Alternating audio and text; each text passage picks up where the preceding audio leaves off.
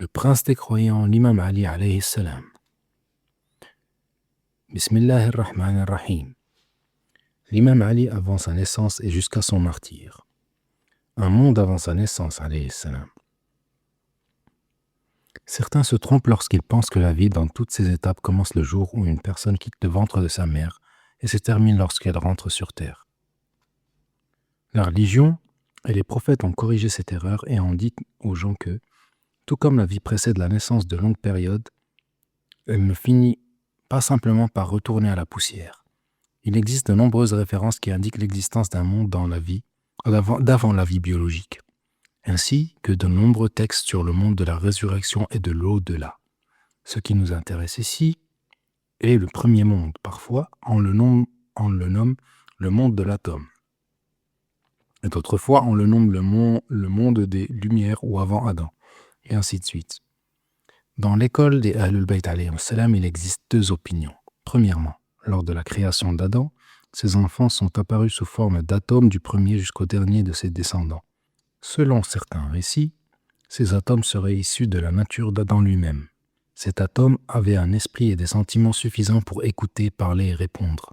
Alors Dieu Tout-Puissant s'adressa à l'atome en disant « Ne suis-je pas votre Seigneur ?» Puis ils répondirent tous « Oui, nous avons été témoins. » Deuxièmement, ce que l'on entend par ce monde et cette alliance est le monde de la préparation et des compétences, ainsi que l'alliance de la nature, l'instinct, de la formation et de la création. Lorsque les enfants d'Adam sont sortis des reins de leur père vers le ventre de leur mère sous forme de spermatozoïdes, ils ne deviennent plus de minuscules atomes, mais des humains pour lesquels Dieu accorda la possibilité d'accepter la vérité monothéiste. Al-Shaybani Abu Bakr ibn Abi Asim, dans le livre de la Sunna wa Dhilal al-Diyana par Al-Albani, sous l'autorité de Maysara al-Ghajjar, qui a dit « J'ai dit, ô messager de Dieu, à quel moment as-tu été décrété prophète ?» Il répondit sallallahu alayhi wa alayhi. Cela fut alors que Adam était entre l'âme et le corps. Al-Albani a dit que la chaîne de transmission de ce hadith est authentique. Peut-être qu'en raison de cette perception erronée, certains rejettent ce qui a été rapporté dans les hadiths et les récits commémorant les vertus du prophète sallallahu alayhi wa alayhi et sa famille qui sont liées à ces mondes. Parmi les choses que l'approche omeyyade a rejetées, sur la base de ce qui précède, figure le hadith transmis par l'imam de l'école de pensée Hanbalite Ahmed dans son livre « Les vertus des compagnons », sous l'autorité de Salman qui disait « J'ai entendu mon bien-aimé messager de Dieu sallallahu alayhi wa alayhi dire « Ali et moi étions une lumière entre les mains de Dieu le Tout-Puissant. 14 000 ans avant la création d'Adam, il a divisé cette lumière en deux parties. Une partie était moi et l'autre partie était Ali alayhi salam. » Cette signification fut tirée parmi de nombreux hadiths cités par le messager de Dieu sallallahu alayhi wa alayhi, parmi lesquels se trouve sa parole. Ali et moi avons été créés à partir d'une seule lumière, 4000 ans avant que Dieu ne crée Adam. Lorsque Dieu a créé Adam, il a mis cette lumière dans ses reins et il y est resté jusqu'à ce qu'il se sépare dans les reins de Abdul Muttalib. Une partie vers la prophétie et l'autre dans le califat de l'imam Ali. Quant aux références chiites, il est rapporté dans l'encyclopédie de l'imam Ali ibn Abi Talib un grand nombre de hadiths sous le titre « Ali et moi sommes d'une seule lumière » et le sous-titre « Ali et moi sommes d'un seul arbre ». À partir de ce hadith et d'autres similaires, le début de la vie de l'imam Ali alayhi salam sera lié à la vie du messager de Dieu sallallahu alayhi wa alayhi, car ils sont une seule lumière. Leur lumière a précédé la création d'Adam et, par conséquent, ils sont une seule lumière, une seule chair et sang, et cela restera jusqu'après l'existence de ce monde. La seule différence avant cela résidait dans la division de cette lumière après Abdul Muttalib, le grand-père du prophète sallallahu alayhi wa alayhi, ses deux fils, le père du prophète Abdullah et le père de l'imam Ali, Abu Talib alayhi salam. À partir de ce point, il sera plus facile pour l'observateur de comprendre bon nombre de positions que Ali alayhi salam occupait avec le messager de Dieu sallallahu alayhi wa alayhi. depuis sa naissance dans la Kaaba jusqu'à ce que sa porte soit ouverte sur la mosquée du prophète sallallahu alayhi wa alayhi, alors que toutes les autres sont restées fermées. Cela ne fait que montrer leur purification de l'impureté, de l'éducation que le prophète sallallahu alayhi wa alayhi lui a donnée, à son amitié avec lui, à son mariage avec Fatima alayhi salam par ordre de Dieu, à sa succession et son autorité sur le peuple et le fait qu'il a plus de droits sur eux que eux sur eux-mêmes. Tout comme l'était le messager de Dieu sallallahu alayhi wa alayhi, tous évoluent selon un chemin harmonieux et naturel.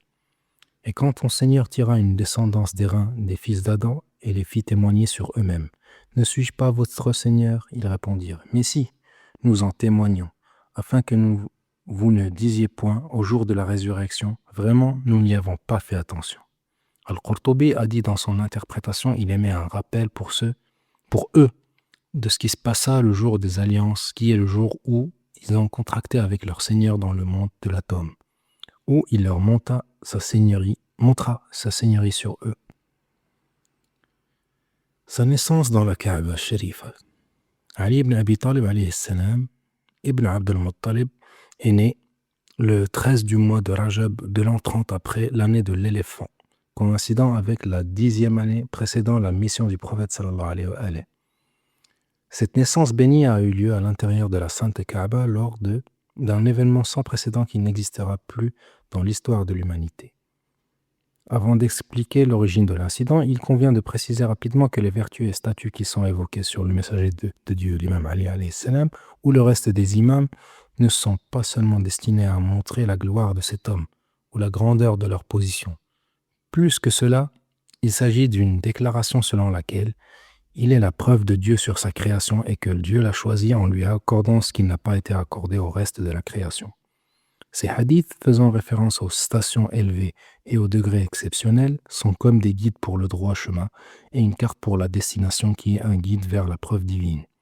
Après cette parenthèse, revenons sur l'histoire de la naissance dans la Kaaba.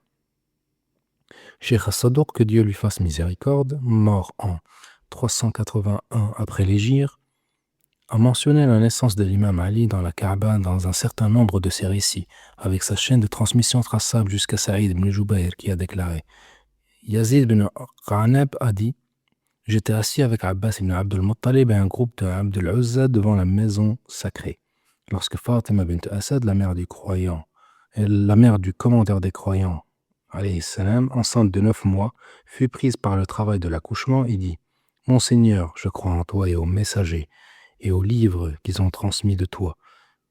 Et je crois aux paroles de mon grand-père Ibrahim al-Khalil, alayhi salam, qui a construit la maison sainte. Par le droit de celui qui a construit cette maison et du droit du nouveau-né dans mon ventre, facilite-moi la naissance. » Yazid ibn Qanab a dit « Nous avons vu le mur de la maison s'ouvrir et Fatima entrer et disparaître de notre vue. Puis le mur se referma derrière elle. Nous avons tenté d'ouvrir la porte en vain. Alors, nous nous sommes dit qu'il s'agissait d'un ordre de Dieu le Tout-Puissant. 3 jours plus tard, elle en sortit avec le commandeur des croyants alayhi salam dans les bras, puis il dit « J'ai été préféré aux femmes qui m'ont précédé. Asiya bint Muzahim adorait Dieu en secret dans un endroit où il n'aime pas être adoré, sauf par nécessité. Et Maryam bint Imran secouait le palmier sec avec sa main pour pouvoir manger des fruits qui en découlent. Quant à moi, je suis entré dans la maison sacrée de Dieu et j'ai mangé des fruits du paradis et de ses provisions. Et quand j'ai voulu sortir, un appelant m'a appelé « Oh Fatima, appelle-le Ali, car Dieu le Très-Haut des hauts dit « J'ai pris son nom de mon propre nom. Je l'ai façonné avec ma sagesse et je lui ai enseigné les mystères de mes sciences. Il est celui qui brise les idoles dans ma maison, la Kaaba, qui appelle à la prière au-dessus de ma maison, me sanctifie et me glorifie. Ainsi, bénis sont ceux qui l'aiment et lui obéissent, et malheur à ceux qui lui désobéissent et le haïssent. » Les érudits et historiens des hadiths, dont Al-Hakim al-Naysaburi, dans son livre Al-Mustadrak sur les 2 sahih, ont mentionné que l'événement de la naissance dans le Kaaba est rapporté par des hadiths fréquents. Il a dit en répondant à l'affirmation de Mus'ab ibn Zubayri, selon laquelle aucun sage n'était né avant ou après lui. Mus'ab n'a pas dit vrai à ce sujet. car des nouvelles ont répandu que Fatima bint Asad a donné naissance au commandeur des croyants, Ali ibn Abi Talib alayhi salam, à l'intérieur de la Kaaba. Al-Kanji Shafi'i, mort en 658 après l'Hégire, a rapporté d'Al-Hakim. Le commandeur des croyants, Ali ibn Abi Talib, est né à la Mecque, dans la maison sacrée de Dieu, le vendredi soir de la 13e nuit de Rajab, la 30e année de l'année de l'éléphant, et personne n'est né avant ou après lui, dans la maison sacrée de Dieu. Par honneur pour lui et par respect pour sa position de vénération, cette opinion a été adoptée par la majorité des chiites al-Bayt alayhi salam, ainsi qu'un grand groupe de musulmans, tandis qu'un autre groupe isolé attribue cette vertu à d'autres comme Hakim ibn Huzam ibn Khuwaylid. An-Naysaburi a mentionné dans son Sahih, qui est le premier à mentionner cette opinion, raconté de son chaîne de narration que Hakim est né dans la Kaaba.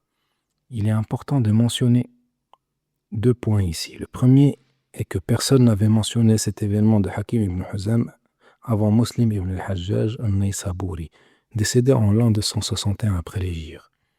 La seconde est qu'il l'a mentionné dans sa chaîne de transmission. Il s'agit plutôt de sa propre opinion ou de sa propre croyance et non d'une narration. Si Muslim est respecté par certains, c'est parce qu'il est un narrateur de hadith. Mais sur ce sujet, il n'a pas narré, car une narration se fait avec une chaîne de transmission. En effet, des savants comme Al-Nawawi, Ibn Hajar al-Asqalani et d'autres ont expliqué plus clairement la raison de cette absence de chaîne de transmission. Ibn Hajar a plutôt expliqué la source de cette idée. Ibn Hajar al-Asqalani, mort en 852 après l'Hégire, a déclaré « Az-Zubayr ibn Bakkar a raconté que Hakim ibn Hizam est né à l'intérieur de la Kaaba car il fut l'un des dirigeants de Quraysh à l'époque pré-islamique et islamique. Az-Zubayr ibn Bakkar al-Asadi al-Qurashi, descendant de Abdullah ibn Zubayr, décédé en l'an 256 après l'Hégire, dit qu'il n'est pas possible pour Ibn Hajar de narrer directement sur lui, car cela revient à faire une narration sans chaîne de transmission. En effet, environ 200 ans séparent Zubayr ibn Bakkar et Hakim ibn Huzam. Cette statue fut donc volée au commandeur des croyants, Ali alayhi salam, afin d'être attribuée à d'autres comme Hakim ibn Huzam, puis répandue en masse. Cela résulte du fait que personne ni du temps des Omeyyades ni des Abbassides ne pouvait attribuer au commandeur des croyants alayhi salam les vertus établies, caractéristiques de Hakim ibn Huzam. Vous vous questionnez peut-être de la différence entre Hakim ibn Huzam et les autres. Et parce qu'il ne s'est converti à l'islam qu'après la conquête, soit une vingtaine d'années après le début de la mission du prophète sallallahu alayhi wa sallam, 13 ans à la Mecque, plus 6 ans jusqu'à sa conquête de Médine. Ou est-ce qu'il comptait parmi ceux dont les cœurs étaient à gagner, ou ceux qui faisaient preuve de soumission afin de maintenir le sens apparent de l'islam? Effectivement, il a l'avantage qui a peut-être joué en sa faveur, qui est d'être un parent des Zubayri, car Az-Zubayr ibn al-Awwam ibn Khuwaylid et Hakim ibn Huzam sont cousins. Une grande partie des premiers récits historiques et biographiques a été écrit par les Zubayri, Urwa et Az-Zubayr ibn Bakkar. Nous supposons que la naissance à l'intérieur de la Kaaba est un lieu de révérence et d'honneur. Pourquoi? Il s'agit de contourner la loi qui stipule que la Kaaba est pure à travers ce verset. Purifiez ma maison pour ceux qui tournent autour. Ils font retraite pieuse, s'y inclinent et s'y prosternent. La maison doit être pure, et il est connu que toute femme qui accouche a des lochis, la laissant dans un état dépourvu de pureté physique d'une part, et d'autre part, la Kaaba est le lieu le plus sacré, comme cela est ancré dans l'esprit des musulmans et des non-musulmans. Celui qui est né censé avoir des caractéristiques qui le qualifient pour cela. La première étape fut que certains opposants nient ce statut du commandeur des croyants et l'ont attribué à Hakim ibn Huzam. Quant à la deuxième étape, après l'échec de la première, ils ont émis un programme consistant à dénigrer cette vertu en disant « Quelle est la valeur d'une personne née dans la Kaaba remplie d'idoles? Il est préférable de naître dans sa maison que de naître au milieu des idoles. » En guise de réponse, nous répondrons tout simplement pour quelles raisons certains se sont-ils manifestés pour attribuer cette vertu à une personne telle que Hizam. Comme stipulé par Muslim ibn al-Hajjaj, il s'agit de propos de gens décrétés comme savants. Donner naissance dans la Kaaba et en particulier dans la situation miraculeuse survenue dans le cas de Fatima bint Asad et de la naissance du commandeur des croyants, Est-il similaire au fait de donner naissance au milieu de sa maison? La présence d'idoles émises par des infidèles réduit-elle sa valeur? Dieu Tout-Puissant a dit à propos de Safa et Marwa qu'ils n'atteignent rien du caractère sacré de la Kaaba. Les deux collines, Safa et Marwa, sont des signes rituels de Dieu.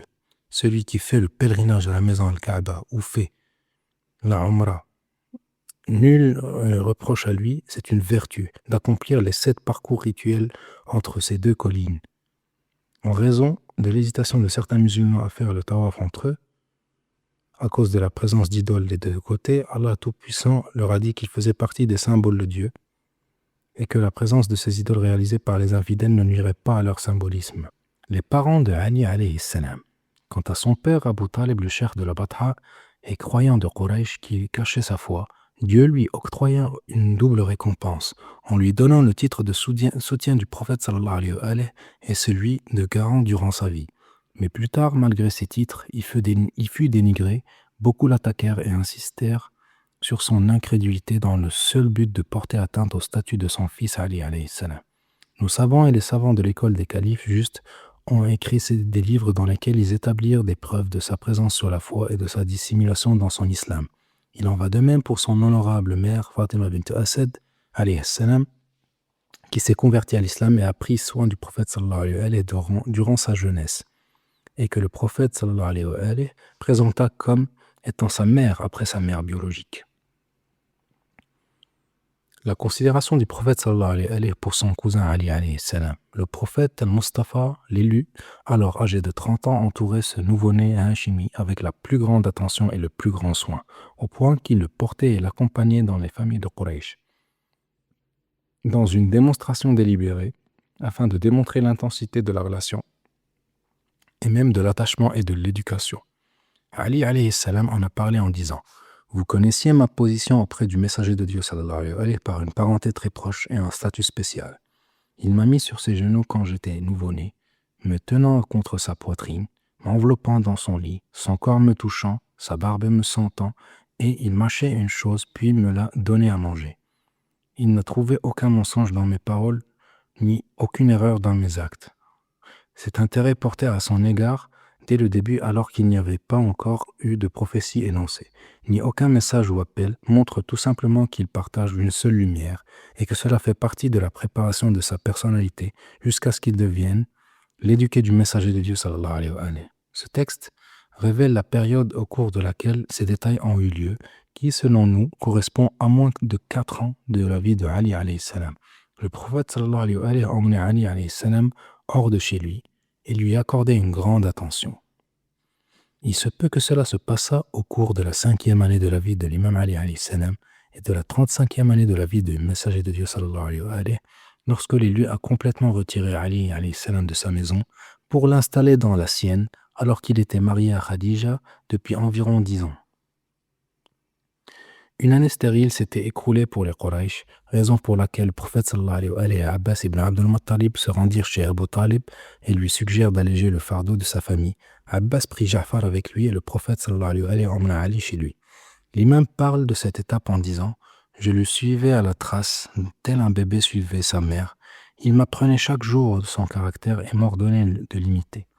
Il avait l'habitude de visiter Al-Hira chaque année, j'en témoignais, et personne d'autre ne le voyait. Le message atteignit le messager de Dieu sallallahu alayhi wa sallam au début de sa 40e année de vie et la 10e année de vie de l'imam Ali alayhi salam. De la mission du prophète sallallahu alayhi wa sallam à sa migration. Pouvons-nous nous questionner sur la conversion de Ali ou sa croyance? Ces questions ne visent-elles pas à confirmer sa croyance à autre chose avant l'islam? Quoi qu'il en soit, il fut le premier à qui la foi de la prophétie du prophète sallallahu alayhi wa sallam fut présentée, et tout naturellement, il fut le premier à démontrer sa croyance en Dieu unique et en son prophète sallallahu alayhi wa sallam envoyé à tous. Se concentrer sur cette période absolue était l'approche des Ahlul Bayt alayhimus salam, tandis que corrompre cette priorité absolue en la rendant relative avait été l'approche des Omeyyades. Cette dernière approche tentait de nier que l'imam Ali alayhi salam fut le premier. Mais est-il possible d'empêcher l'apparition du soleil? Après cela, étant donné qu'il leur était impossible de lui retirer ce statut, Ils cherchèrent à l'assigner aux autres d'une manière rusée en disant « Oui, il fut le premier à se convertir à l'islam. Parmi les jeunes garçons, le premier homme à se convertir à l'islam fut un tel. Le premier des esclaves fut un tel. La première personne d'Abyssinie à se convertir à l'islam est un tel. » De cette manière, ils tentèrent de lui retirer la primauté de la conversion à l'islam en l'octroyant à d'autres. Ensuite, cette tendance omeyyade alla plus loin en déclarant « Il y a une différence entre la conversion d'une personne âgée et mûre à l'islam et la conversion d'un garçon préadulte à l'islam. » Ils ont donc fait de l'islam un islam basé sur l'âge et la maturité d'une personne afin de retirer cet avantage du premier croyant, l'imam Ali alayhi salam. Ils ont cité dans leurs références rapportées de l'imam Ali selon leurs prétentions le jour du décès d'Abu Bakr, Ali ibn Abi Talib, que Dieu l'agrée accourut en pleurant et dit « Aujourd'hui le califat de la prophétie est terminé. » Jusqu'à ce qu'il se tienne à la porte de la maison où se trouvait Abu Bakr, puis il dit « Que Dieu ait pitié de toi, Abu Bakr. Tu as été le premier du peuple à embrasser l'islam, le plus sincère dans la foi. » D'autre part, la direction d'Ahl al-Bayt s'est concentrée sur cet aspect. L'imam Ali alayhi salam l'a mentionné à plusieurs reprises avec fermeté. Et les imams après lui, que la paix soit sur eux, l'ont confirmé à plusieurs reprises, en plus des historiens.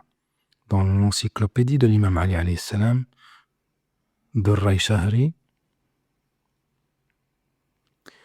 volume 5 sur 220, il existe des récits à ce sujet.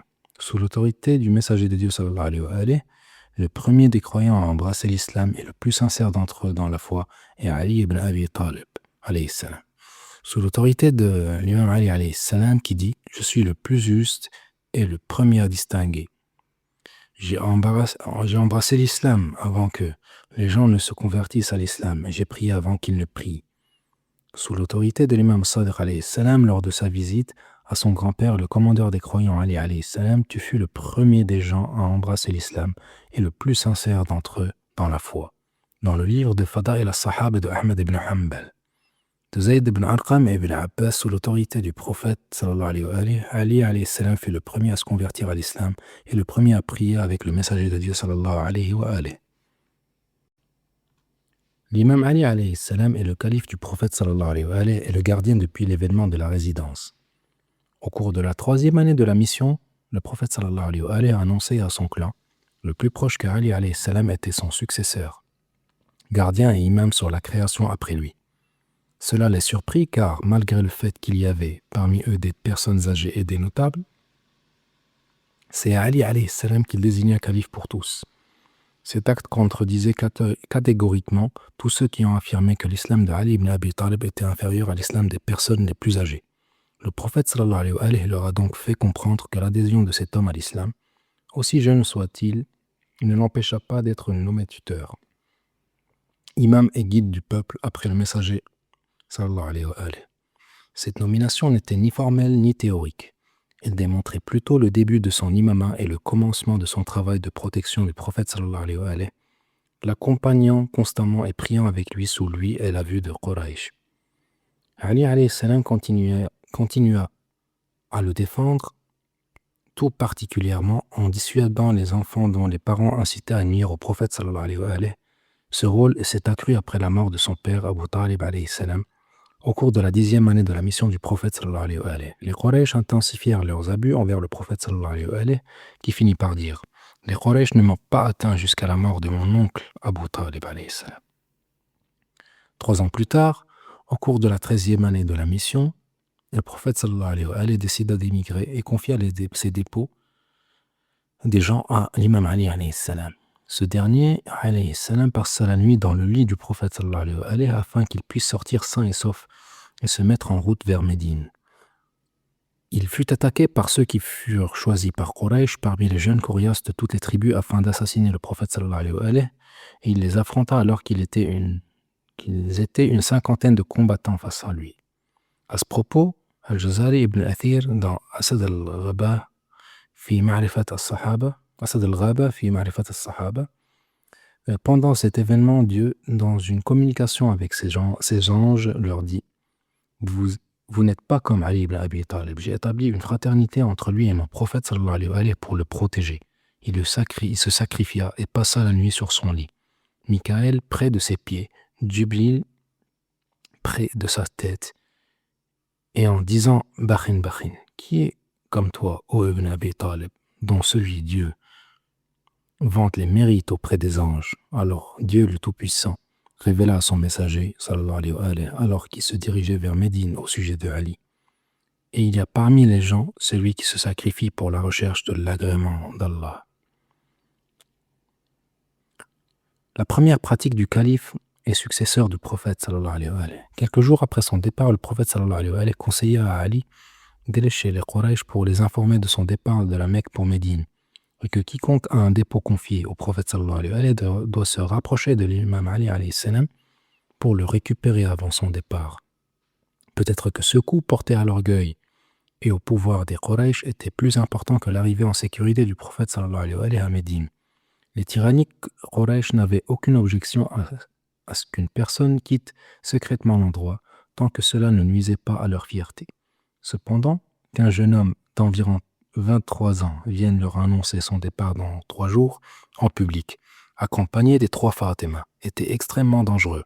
Cela équivaut à dire « tu ne vaux rien pour moi ».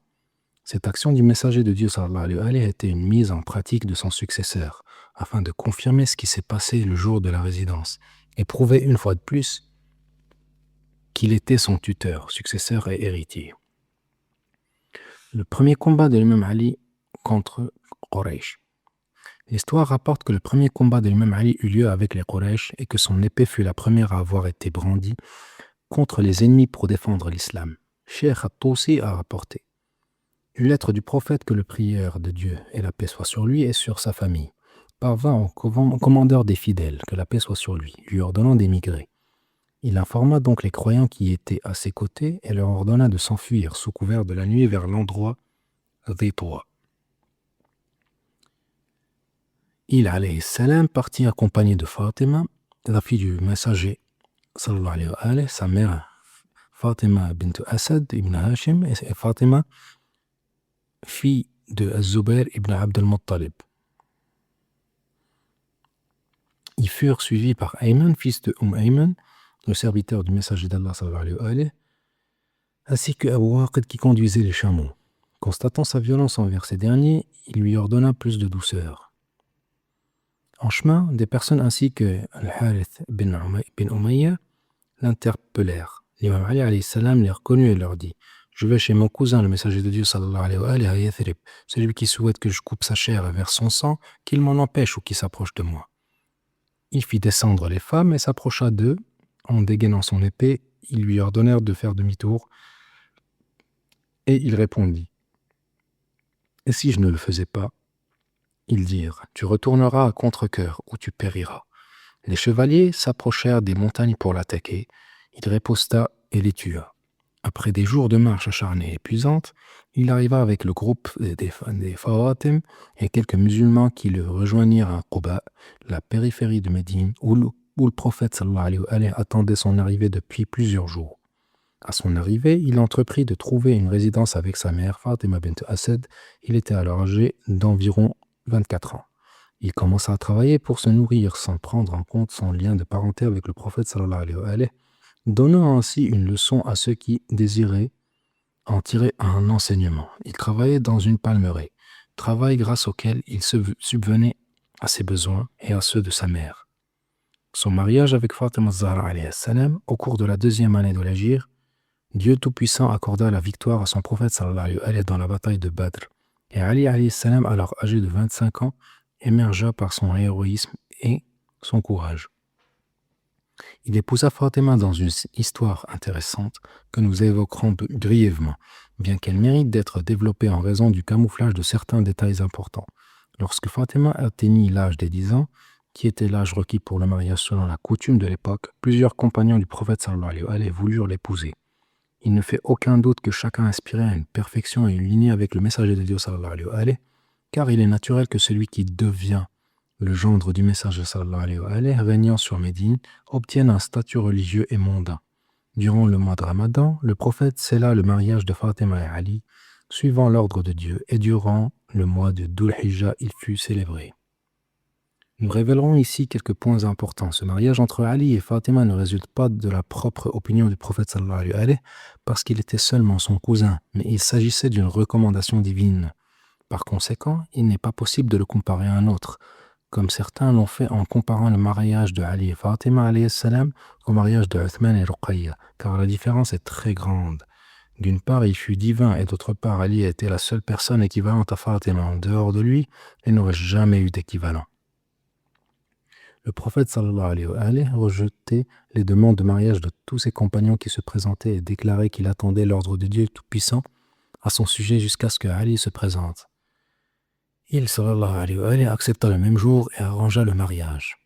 En effet, Ahmad ibn Yaqub, dans l'histoire des Yaqoubi, dit « Un groupe d'immigrants a demandé la main de Fatima au messager de Dieu sallallahu alayhi wa sallam.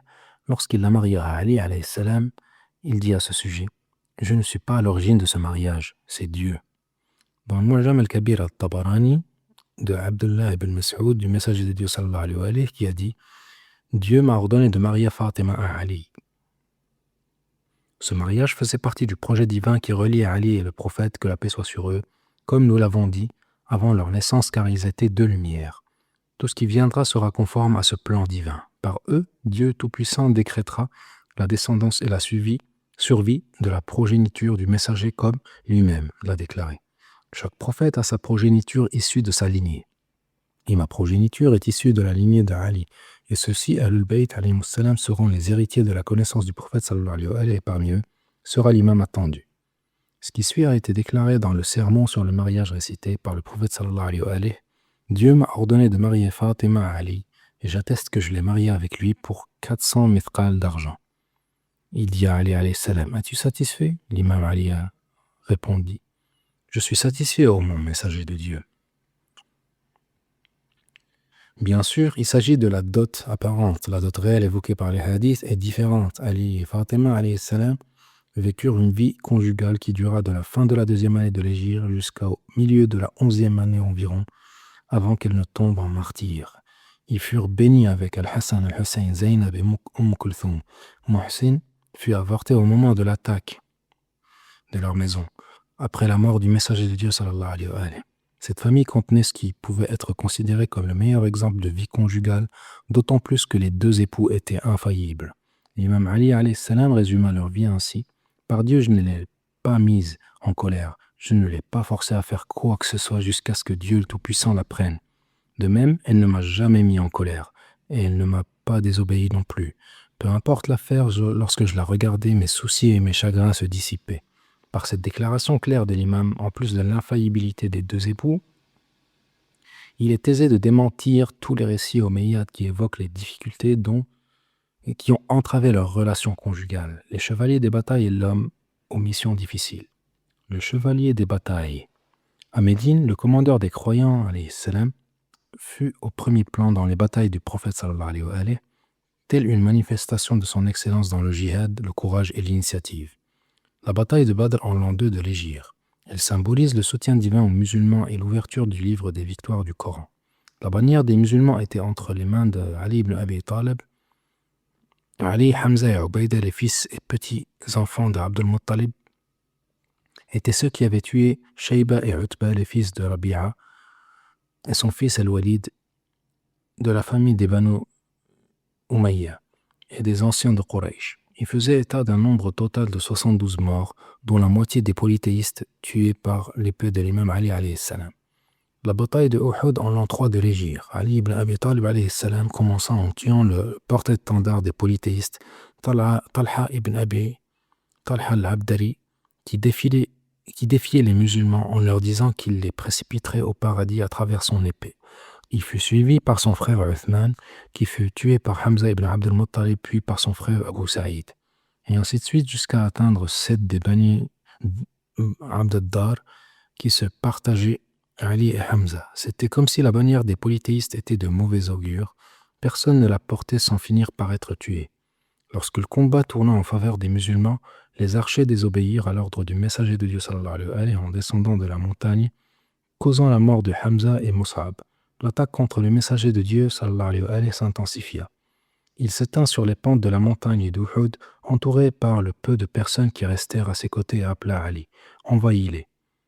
Ainsi, Abu al-Hassan les dispersèrent jusqu'à ce que Jibril descende, vantant ses positions en disant « C'est une consolation ». Le messager de Dieu sallallahu alayhi wa alayhi, a dit « Il est de moi et je suis de lui ». Jibril a dit « Je suis de vous ». Puis il fut annoncé du ciel « Il n'y a pas d'épée comme Dhul-Fiqar ni d'homme comme Ali ».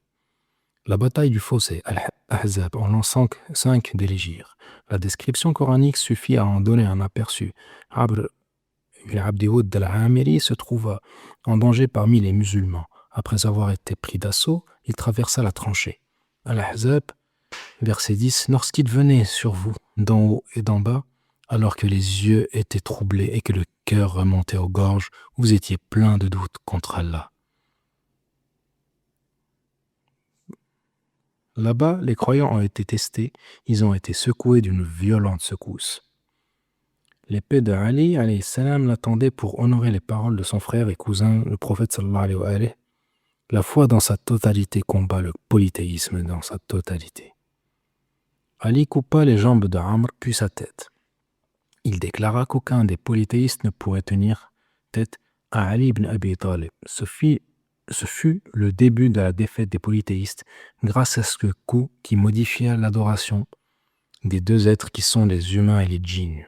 La bataille de Khaybar en l'an 7 de l'Hégire. Alors qu'il était âgé d'une 30aine d'années, certains compagnons du prophète sallallahu alayhi wa alayhi restèrent plusieurs jours de suite impuissants devant les forteresses de Khaybar. Chacun d'eux revenait en reprochant la lâcheté des autres, jusqu'à ce que le prophète sallallahu alayhi wa alayhi dise « Je donnerai demain l'étendard à un homme qui aime Allah et son messager, et que Allah et son messager aiment, qui attaque et ne fuit pas, et il ne reviendra que lorsque Dieu aura conquis Khaybar. » La bataille de Hunayn en l'an 8 de l'Hégire, alors que les musulmans furent trompés par leur nombre, ils se détournèrent et le prophète sallallahu alayhi wa alayhi les rappela à l'ordre, jusqu'à ce que Malik ibn Auf, l'un des chefs des infidèles, dise « Montrez-moi Mohammed ». Mais l'épée de Ali frappa rapidement sa tête et le tua. Lorsque Abu Jarul tendit une embuscade au prophète sallallahu alayhi wa alayhi pour le tuer, Ali Abu al-Hassan l'attendait et frappa la croupe de son cheval et il mourut coupé en deux. La seule bataille à laquelle l'épée de Ali alayhi salam n'a pas assisté fut la bataille de Tabouk en l'an 9 de l'Hégire. Ce fut la dernière des invasions du prophète sallallahu alayhi wa alayhi durant laquelle il lui succéda à Médine. S'agissait-il de faire part aux musulmans sur sa succession un an avant sa mort, sallallahu alayhi wa alayhi, afin d'établir sa place avant son départ? Les ennemis de Ali alayhi salam frémirent car le prophète sallallahu alayhi wa alayhi ne voulait pas de Ali avec lui. Pourquoi, demanderez-vous? Est-ce parce qu'il fut le héros des guerres précédentes? Allah le Tout-Puissant a voulu en faire une vertu visible que souhaitant tous ceux qui en connaissent la valeur. Lorsque le prophète sallallahu alayhi wa alayhi entendit ces rumeurs, il a dit à Ali alayhi salam en public « Tu es pour moi ce que Haroun était pour Moussa, alayhi salam, sauf qu'il n'y aura pas de prophète après moi. » Le plus important est d'apporter une réflexion sur ce statut. Le Saint-Coran le définit comme suit, en citant les paroles de Moussa alayhi salam dans sourate Taha. « Et donne-moi un assistant de ma famille, Haroun mon frère, renforce par lui ma force, et associe-le à mon affaire, afin que nous te glorifions sans cesse et que nous t'invoquons beaucoup. Certainement tu es clairvoyant sur nous. » Oh, Allah dit « Ô Moïse, ta demande est exaucée. » Il a ainsi confirmé son califat, le ministère, la fraternité et le partenariat, en plus de ce qui est mentionné dans un autre verset. Et Moïse dit à son frère Haroun « Remplace-moi auprès de mon peuple et agis en bien, et ne suis pas le sentier des corrupteurs. » Parmi ces statuts réside le fait que Moussa alayhi salam a été le meilleur de son peuple, donc celui qui le remplace l'est aussi. Par ailleurs, il l'a lui-même élu et a demandé à son Seigneur de faire de lui son assistant, son ministre et son partenaire dans l'accomplissement de sa mission, de sorte que l'ordre soit divin. De plus, il ne fait aucun doute que les paroles de Haroun font l'autorité sur son peuple, de sorte que quiconque se trouve dans cette position, ces paroles font autorité sur le peuple du messager d'Allah sallallahu alayhi wa alayhi. L'homme aux missions difficiles propres au prophète sallallahu alayhi wa alayhi. Ali ibn Abi Talib alayhi salam n'était pas seulement un militaire et un combattant courageux, mais il était aussi celui qui accomplissait pour le messager d'Allah sallallahu alayhi wa alayhi, ce que personne d'autre ne pouvait accomplir. L'histoire de l'islam au Yémen et la sourate Al-Bara'a nous suffit comme exemple. Quant au Yémen, la situation fut difficile pour quiconque s'y rendait. Les tribus refusaient de remettre les clés de la ville à qui que ce soit, si ce n'est le prophète ou une personne comme lui. Sallallahu alayhi wa alayhi. Durant de nombreuses années, il sallallahu alayhi wa alayhi envoya Khalid ibn al-Walid, Tufayl ibn Amr, Khalid ibn Sa'd ibn al-As, mais les tribus du Yémen ne répondirent pas à leurs demandes. Et quand ils essayaient de se battre, ils étaient vaincus. Le prophète sallallahu alayhi wa alayhi leur envoya Ali alayhi salam au mois du Ramadan de la 10e année. Ensuite, les tribus du Yémen, de Hamdan et de ses environs, ont accueilli l'appel de la prophétie, tout comme une terre assoiffée qui reçoit la pluie du ciel. L'imam Ali alayhi salam a même cité des propos faisant l'éloge de ces personnes. Si j'étais un gardien à la porte du paradis, je dirais à Hamdan, entrez en paix. Si le prisme de la relation entre la communauté musulmane prophétique et la communauté infidèle de Quraysh a besoin d'un organe qui représente la religion dans son intégralité, ce devrait être le prophète sallallahu alayhi wa alayhi lui-même ou la personne du prophète sallallahu alayhi wa alayhi, à savoir Ali alayhi salam. Par conséquent, lorsque la sourate al-Bara'a fut révélée, l'un des compagnons du prophète sallallahu alayhi wa alayhi l'a prise pour la dire au Quraysh. Le prophète reçut l'ordre de la reprendre et de la remettre à Ali ibn Abi Talib alayhi salam, car seul le messager d'Allah ou un homme comme lui pouvait la transmettre.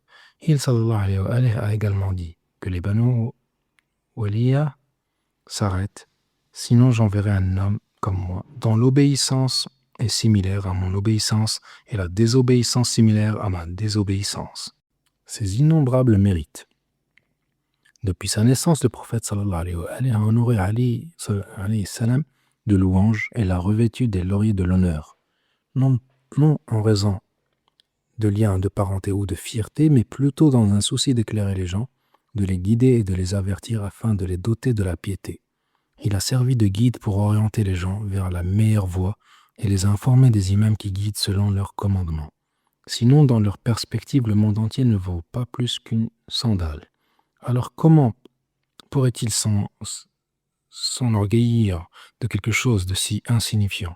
Le prophète sallallahu alayhi wa alayhi a déclaré: celui qui souhaite vivre ma vie, mourir ma mort et entrer au paradis promis par mon Seigneur doit accepter Ali ibn Abi Talib et sa descendance après lui, car ils ne seront pas retirés de la porte de la guidance, ni ne seront introduits par la porte de l'égarement. Ali alayhi salam, celui qui est en paix avec lui, je suis en paix avec lui. Et celui qui est en guerre contre lui, je suis en guerre contre lui. Il est la porte de la cité de la connaissance.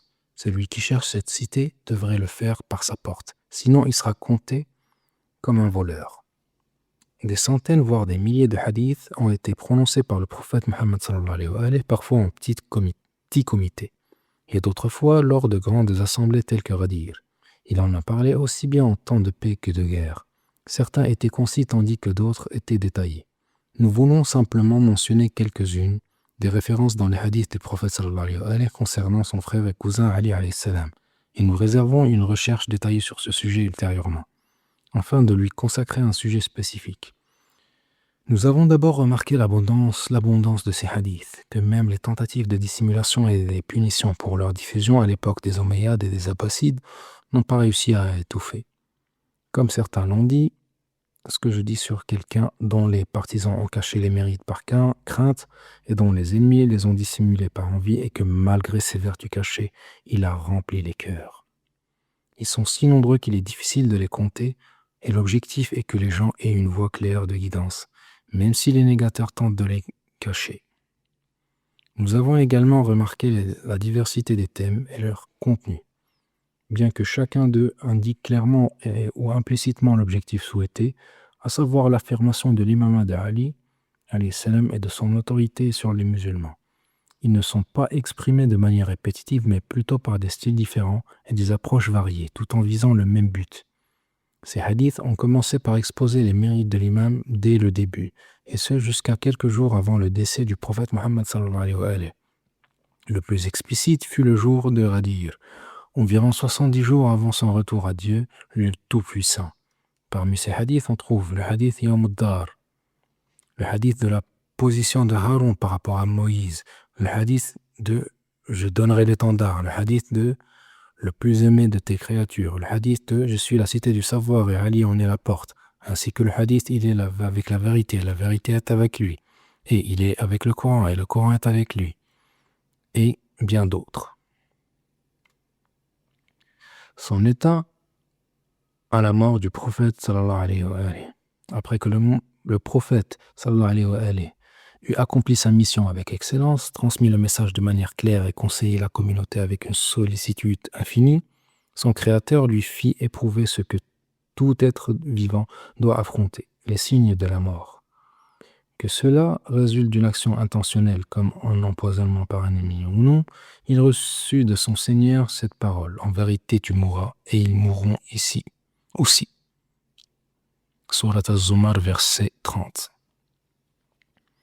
Et si la communauté fut affligée par la perte du prophète sallallahu alayhi wa alayhi, la gravité de cette épreuve et de cette perte fut encore plus grande pour sa famille.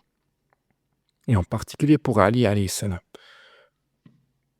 Il a décrit la situation en ces termes. Lorsque le messager de Dieu sallallahu alayhi wa alayhi fut pris, les membres de la famille de Muhammad sallallahu alayhi wa alayhi passèrent la nuit la plus longue, au point qu'ils pensèrent que ni le ciel ne les abriterait, ni la terre ne les porterait. Car le messager de Dieu sallallahu alayhi wa alayhi avait laissé orphelins aussi bien les proches que les lointains en Dieu. La situation se compliqua lorsque certains compagnons du prophète sallallahu alayhi wa alayhi refusèrent qu'une lettre leur soit rédigée, déclarant la succession de Ali ibn Abi Talib alayhi salam, assurant ainsi qu'il ne s'égarerait jamais après lui. Cela a abouti à l'éviction de Ali alayhi salam de son leadership parmi les gens. Les épreuves semblaient se succéder. La famille du messager sallallahu alayhi wa alayhi surmontait à peine la perte de leur guide que d'autres difficultés s'abattaient sur eux. L'éloignement fut si amer que le prince des croyants alayhi salam l'a comparé à une écharde dans l'œil et une épine dans la gorge. L'imam qui hésitait entre combattre ses partisans ou patienter face à la nouvelle situation, semblable à l'errance d'un aveugle, constata que la patience était plus sage et préférable. Et il a dit: vous savez bien que je suis la personne la plus digne de ce poste, mais par Dieu, je me soumettrai tant que les affaires des musulmans seront préservées et qu'il n'y aura pas d'injustice sauf envers moi personnellement, recherchant par cela la récompense et le mérite, et dédaignant ce que vous convoitez de ses ornements et de ses apparats. Sa patience et son silence ne venaient pas de la peur, de l'affrontement. Comment cela pourrait-il être alors qu'il est le vaillant guerrier? D'ailleurs, il déclara: ce n'est pas non plus par satisfaction dans la bonne gestion de ceux qui ont pris le pouvoir après le prophète sallallahu alayhi wa alayhi, mais je me suis retenu jusqu'à ce que je vois les gens se détourner de l'islam, appelant à l'anéantissement de la religion de Muhammad sallallahu alayhi wa alayhi. J'ai alors craint que si je ne défendais pas l'islam et ses fidèles, je verrais une brèche ou une destruction qui causerait une calamité pour moi plus grande que la perte de mon autorité. Le califat du premier calife en marqua le début d'une période qui devait durer environ un quart de siècle, au cours de laquelle la direction des affaires religieuses s'éloignèrent de la guidance de Ali alayhi salam. L'émir des croyants alayhi salam résuma l'évaluation de ces années dans son discours après son accession apparente au pouvoir, connu sous le nom du sermon de Charchaqiyya. Nous en discuterons ultérieurement en détail afin d'en comprendre l'importance de la position d'Imam alayhi salam face à ses dirigeants. Sa relation avec les premiers califes, l'imam alayhi salam était affecté par le mouvement orchestré par la tribu des Quraysh qui a abouti à son exclusion, ainsi que celle de sa famille, de la direction de la nation. Il a même exprimé sa plainte contre ce mouvement organisé, et ce, même après 25 ans, dans son discours à Charchaqiyya. Il a également exprimé sa plainte contre la tribu des Quraysh, même après son accession au califat, malgré la volonté de cette tribu. « Oh Allah, je te demande de me venger des Quraysh et de ceux qui les soutiennent, car ils ont rompu les liens de parenté avec moi et ont abaissé ma position. Ils se sont tous mis d'accord pour me combattre, pour une affaire qui me revient de droit. » Malgré tout cela, l'imam alayhi salam a montré des positions nobles qui correspondent à son statut en tant qu'héritier du prophète sallallahu alayhi wa alayhi, élu gardien fidèle de sa charia et successeur après lui. Peut-il émettre autre chose que sa noblesse? Peut-il émettre autre chose que la vérité? Tout cela alors que sa blessure pour Fatima Zahra alayhi salam ne guérissait pas et sa tristesse ne se calmait pas. Mais c'est lui, Ali ibn Abi Talib alayhi salam, celui pour lequel, si les créatures se seraient réunies pour l'aimer et lui obéir, Dieu n'aurait pas créé l'enfer, comme le rapportent les hadiths et les récits. Ils ont vraiment bénéficié de sa sincérité dans les conseils et les consultations, que ce soit dans les décisions religieuses où il était le plus savant d'entre eux, et celui dont le jugement était le plus équitable, que dans les plans militaires importants, comme lorsqu'il fut consulté par le calife Omar pour choisir les personnes pour combattre les Perses. Il lui conseilla de ne pas sortir afin d'éviter que les Arabes ne se retournent contre lui, et de même si les ennemis non arabes le voyaient à la tête de l'armée, leur détermination à le tuer et à l'exterminer en serait renforcée. Combien de fois ont-ils dit à son sujet: sans Ali, le calife aurait été perdu. Les crises sont résolues près de Abul Hassan. Il autorisa à ses compagnons de travailler dans l'appareil du gouvernement, même s'il y avait des discussions sur la légitimité fondamentale de celui-ci. Abdullah ibn Abbas, son élève éminent, était semblable à un président du conseil consultatif en matière de jurisprudence et de décrets religieux, au point que le deuxième calife en était totalement convaincu. Lors de l'incident de Ridda mené par Turayh al-Asadi avec le soutien de la tribu de Taï, Ali alayhi salam choisit l'un de ses compagnons, Adi ibn Hatim al-Ta'i, pour aider le califat à affaiblir ses forces. En effet, Adi se rendit à eux et parvint à convaincre beaucoup d'entre eux de se détourner de l'erreur de Tulayha. Par conséquent, des chercheurs soulignent même que certains des principaux chefs militaires qui ont participé aux conquêtes islamiques faisaient partie des partisans d'Ali alayhi salam, et il n'était pas concevable qu'il s'agisse sans le consulter. C'était également le cas pour les gouverneurs des régions et leurs juges. Ainsi, ils corrigeaient les erreurs commises par le gouvernement, notamment sur le plan religieux, dont l'histoire a enregistré de nombreux exemples. Il suffit de s'appuyer sur les phrases « Sans Ali, Omar aurait péri » ou « Que Dieu ne me laisse pas dans une crise où Abul Hassan n'est pas présent ». Les partisans de l'école des califes ont également enregistré ces faits pour montrer qu'Ali alayhi salam était parfaitement en harmonie avec le califat et reconnaissait sa légitimité. En réalité, ce n'était pas le cas. Il agissait ainsi pour préserver l'islam dans son ensemble, corrigeant ce qui pouvait être corrigé, même si cela signifiait naviguer en eau trouble. Le calife apparent après 25 ans. Les imamites croient qu'Ali ibn Abi Talib alayhi salam est l'imam de la communauté islamique depuis que Muhammad ibn Abdullah sallallahu alayhi en est le prophète et qu'ils étaient une seule lumière dans le monde éternel jusqu'à ce qu'elle se divise chez Abdul Muttalib, une partie vers Abdullah et l'autre vers Abu Talib. Muhammad sallallahu alayhi wa fut le prophète envoyé en miséricorde pour les mondes, tandis qu'Ali ibn Abi Talib fut son ministre, son successeur et l'imam de sa création après lui. Cependant, les événements n'ont pas suivi la volonté des croyants et l'imam fut retardé. En réalité, la communauté a été privée de son droit durant 25 ans. Après avoir subi de nombreuses épreuves, les gens vinrent vers lui, alayhi salam, assoiffés comme des bêtes cherchant une source, et ils se rassemblèrent autour de lui, alayhi salam, comme une harde d'hyènes. Et il les guida tel un berger. L'imam commença son programme de réforme et il fut clair dès le début sur le fait qu'il n'y aurait aucune concession sur l'application des lois divines et aucune faveur dans les droits des gens. Tous, du plus jeune au plus âgé des musulmans, comprirent cela. Il, alayhi salam, dit en toute franchise: par Allah, si je trouvais que l'argent public a été utilisé pour marier des femmes ou pour acheter des esclaves, je leur restituerai. Il y a de l'ampleur dans la justice, et celui qui trouve la justice trop étroite trouvera l'injustice encore plus étroite. Il, alayhi salam, était celui qui disait, en appliquant la loi de la justice parmi les musulmans, qu'ils soient arabes ou non arabes, libres ou esclaves, avec pour devise: je ne trouve aucune supériorité aux fils d'Ismaël sur les fils de Ishaq. Et lorsque des politiciens tentèrent de le convaincre de faire des compromis et de ménager les puissants et les chefs pour stabiliser la situation, il, alayhi salam, refusa et dit: me demandez-vous de rechercher la victoire par l'injustice envers ceux que je gouverne? Par Allah, je ne le ferai jamais tant que les nuits ne succéderont et que les étoiles brilleront dans le ciel. Si cet argent m'appartenait, je l'aurais réparti équitablement entre eux. Comment pourrais-je alors agir différemment quand cet argent appartient à Allah? Il commença également à enseigner aux gens ce qu'ils avaient négligé de la tradition du messager d'Allah sallallahu alayhi wa sallam et à corriger ce qui avait été innové après le prophète sallallahu alayhi wa sallam. Le groupe des Qurayshites et leurs partisans comprirent parfaitement le message jusqu'au dernier mot. Ils réalisèrent qu'ils n'avaient d'autre choix face à Ali ibn Abi Talib alayhi salam que de faire la guerre au risque de perdre les richesses qu'ils s'étaient accaparées, les postes qu'ils avaient exploités et les fausses autorités qu'ils avaient usurpées. Ce groupe se retrancha alors en Syrie, en fit sa forteresse et déclara sa rébellion contre la ville du prophète sallallahu alayhi wa sallam et le véritable calife du prophète. Ensuite, ils incitèrent certains compagnons du messager d'Allah sallallahu alayhi wa sallam ainsi que sa femme et ceux qui les suivaient à provoquer la première bataille militaire évidente entre deux camps de musulmans.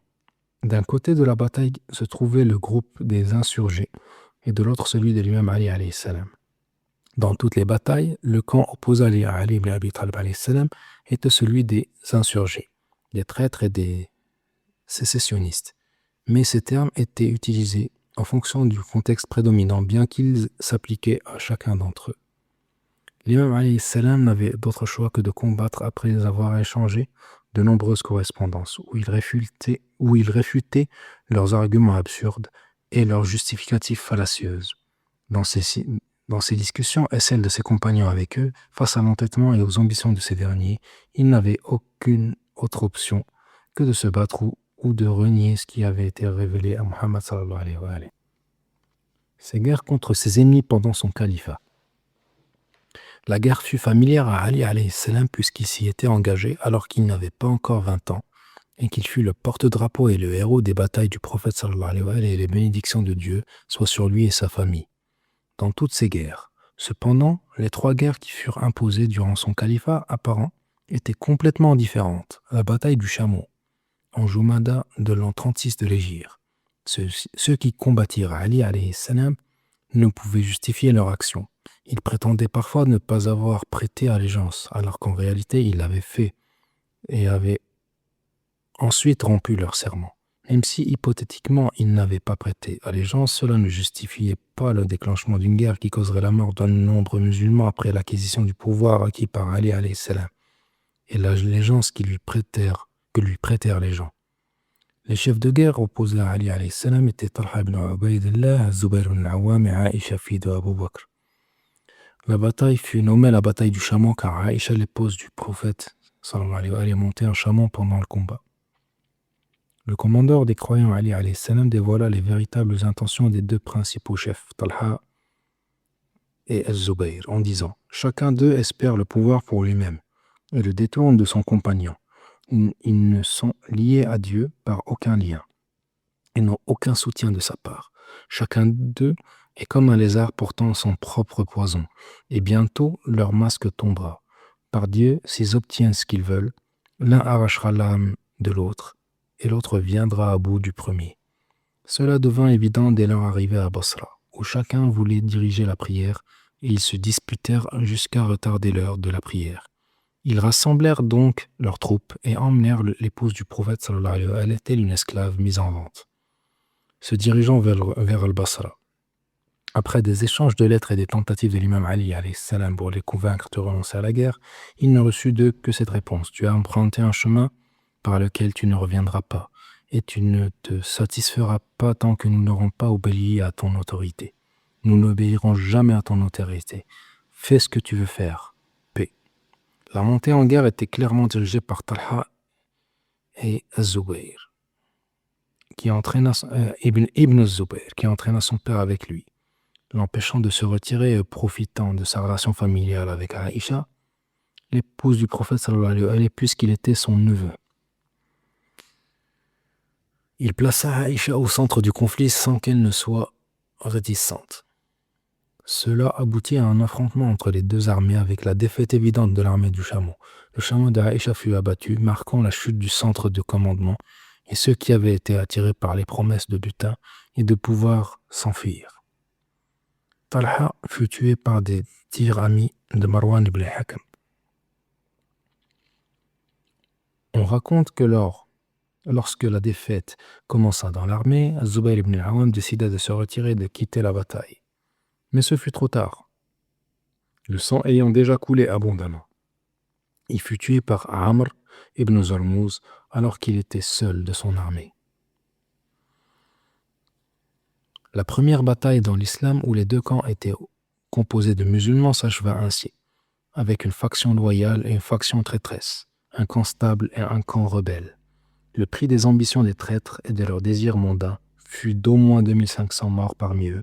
Certains disent le double, voire plus.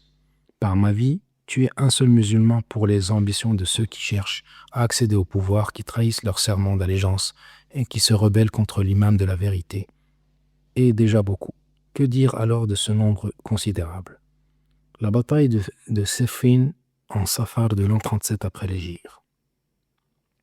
Cette bataille déclenchée par Muawiyah ibn Abi Sufyan avec l'armée syrienne, maudit soit-il, eut lieu dans la région de Siffin, près de la ville de Raqqa, en Syrie, et se déroula par intermittence jusqu'à se conclure par un arbitrage au mois de Ramadan de l'année 38 de l'Hégire, ce qui signifie que l'imam Ali alayhi salam et son gouvernement vécurent dans une atroce atmosphère de guerre durant 1 an et 8 mois.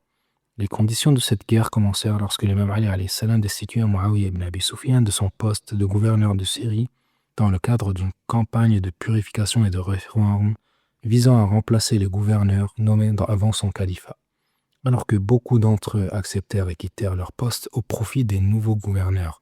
Muawiyah refusa de se retirer. Au lieu de cela, il refusa de prêter allégeance à l'imam et l'accusa d'avoir monté l'assassinat de Uthman ibn Affan, de dissimuler ces assassins et exigea qu'il lui soit livré. Il proposa ensuite que les musulmans choisissent un nouveau calife, comme si tout ce qui était passé depuis l'année 35, lorsque les gens de Médine avaient unanimement prêté allégeance à l'imam Ali, était vain et inutile. L'imam Ali alayhi salam, cherchant à régler les affaires avec douceur autant que possible, répondit à Muawiyah: quant à ma bay'a à Médine, elle t'oblige alors que tu es en Syrie. Entre dans ce que sont entrés les musulmans. Ce que je préfère le plus pour toi est la paix, sauf si tu te prépares à l'épreuve. Si tu t'y prépares, je te combattrai et chercherai l'aide de Dieu contre toi. Tu parles beaucoup du meurtre de Uthman. Entre eux, dans ce qui sont entre les gens, puis soumets les gens à mon jugement, et je te soumettrai toi et eux au livre de Dieu. Quant à ce que tu désires, c'est comme tromper un enfant en lui donnant du lait. Par ma vie, si tu regardes avec ton esprit plutôt qu'avec tes désirs, tu me trouveras le plus innocent des Quraysh du sang de Uthman. Cependant, Muawiyah, voyant que sa destitution de Syrie signifierait la fin de son avenir politique et de celui des Banu Umayya, et craignait également d'être interrogé sur les fonds qu'il avait dépensés de manière inappropriée. De plus, l'imam Ali alayhi salam avait clairement annoncé qu'il poursuivrait les biens publics volés et pillés, quel que soit leur état. Ainsi, la guerre fut la seule option pour Muawiyah. Il commença donc à mobiliser et à préparer psychologiquement les habitants de la Syrie en exhibant une chemise tachée de sang, prétendument celle de Uthman, ainsi que des doigts prétendument ceux de l'épouse de Uthman, Naïla, qu'il affirmait avoir été coupés lors de l'attaque contre le calife dans son palais. Naturellement, il accusait l'imam Ali alayhi salam de ses actes, bien qu'il sache parfaitement son innocence, mais c'était la logique de la politique. Il commença également à rassembler ses proches et ceux qui, comme lui, aspiraient au califat tels que Amr ibn al-As. Amr savait qu'il ne gagnerait rien de l'au-delà d'Ali ibn Abi Talib alayhi salam. Alors pourquoi ne pas obtenir quelque chose du monde de Muawiyah? Il accepta de coopérer avec ce dernier à condition que l'Égypte lui soit donnée comme récompense en cas de victoire et signèrent un accord en présence de témoins. Muawiyah attira également des figures telles que Ubaydallah ibn Omar ibn Khattab, Abd al-Rahman ibn Khalid ibn al-Walid, Marwan ibn al-Hakam, Muawiyah ibn Hudayj et Bisr ibn Abi Arta'a. Il écrivit alors une lettre à l'imam Ali alayhi salam dans laquelle il disait: les gens de Syrie refusent de cesser de te combattre jusqu'à ce que tu leur livres les meurtriers de Uthman. Si tu le fais, il y aura une consultation parmi les musulmans pour choisir le calife. Par ma vie, ton argument contre moi n'est pas comme ton argument contre Talha et Zubayr, car ils t'ont prêté allégeance, mais moi, non. Ton argument contre les gens de Syrie n'est pas comme celui des gens de Basra, car ils t'ont obéi, mais pas les gens de Syrie.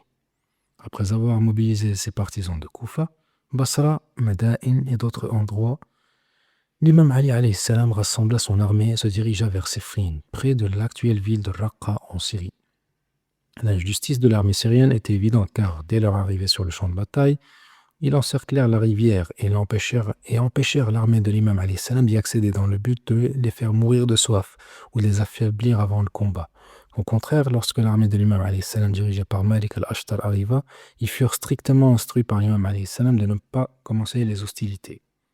Malgré cela, l'armée syrienne engagea le combat dès l'arrivée de l'armée de l'imam alayhi salam. Malik al-Ashtar n'eut d'autre choix que de se battre et réussit à les repousser de la rivière sans pour autant leur interdire l'accès à l'eau.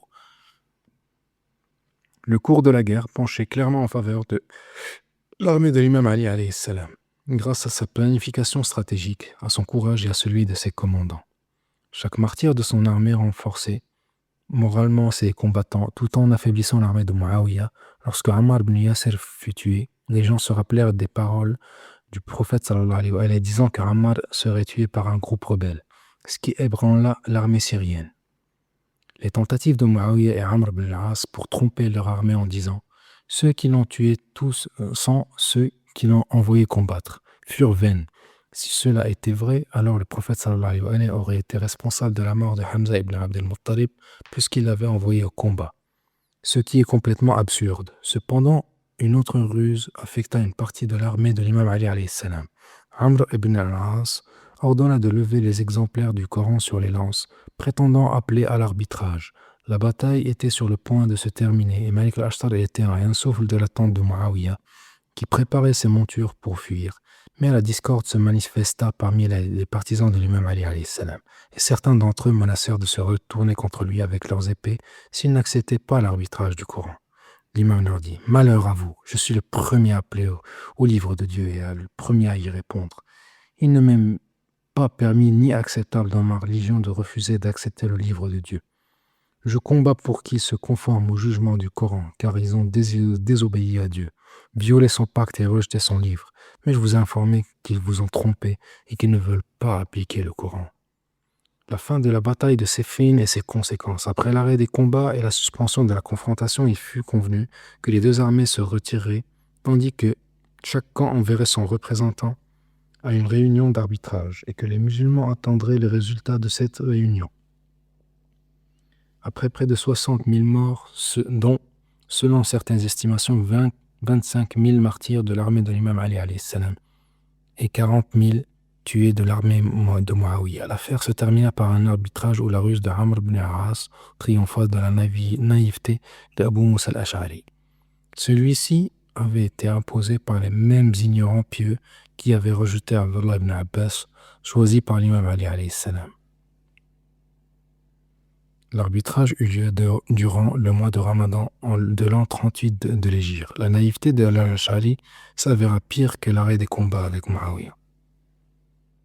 Cependant, les ignorants obstinés, même lorsqu'ils sont des adorateurs sincères, ne s'arrêtent pas pour réfléchir à leurs erreurs, mais persistent jusqu'à leur perte. Ces hommes continuèrent, donc dans leur folie, se séparèrent de l'imam Ali alayhi salam et exigèrent qu'il se repente de ce qu'ils considéraient comme une apostasie pour avoir accepté l'arbitrage. Ironiquement, c'était eux qui l'avaient forcé à accepter l'arbitrage en le menaçant de leurs épées. De plus, ils refusèrent le résultat de l'arbitrage bien qu'ils aient insisté pour choisir Abu Musa al-Ash'ari alors que l'imam Ali alayhi salam avait préféré son disciple Abdullah ibn Abbas. Il alayhi salam s'était plié à leur volonté pour éviter une guerre civile. La guerre s'arrêta et l'armée de Muawiyah retourna à ses positions, tandis que les commandants de l'armée de l'imam rentraient regrettant d'avoir perdu une occasion unique. Poursuivant leur erreur, ils déclarèrent la guerre à l'imam Ali alayhi salam et se rebellèrent contre lui, devenant ainsi connus sous le nom de Khawarij.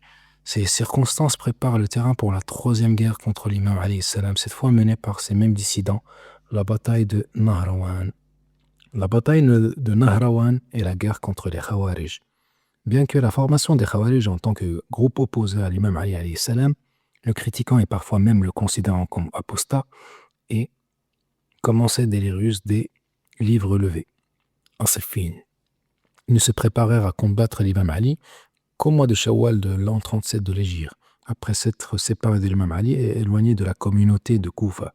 Ils se rassemblèrent à Haroura, près de Koufa, où ils commencèrent à semer le trouble, tuant les croyants fidèles à l'imam Ali alayhi salam et perturbant la sécurité de la ville, tout en recrutant des partisans pour leur combat. L'imam Ali alayhi salam, fidèle à son habitude de rechercher la paix et d'éviter la guerre autant que possible, chercha à les raisonner par des lettres et des discussions. Il envoya même des émissaires pour discuter avec eux, le jour même où ils se réunirent pour la bataille de Nahrawan. Ils étaient alors 12 000 selon certaines estimations. L'imam fit porter une bannière de paix par Abu Ayyub al-Ansari, assurant la sécurité à quiconque se réfugierait sous cette bannière. Des centaines d'entre eux s'y réfugièrent. L'imam Ali alayhi salam envoya également Abdullah ibn Abbas pour les convaincre par le dialogue, ce qui poussa plusieurs centaines d'autres à se retirer du combat. Certains, comme Furwa ibn Nawfal al-Ashja'i, décidèrent de ne pas participer à la bataille.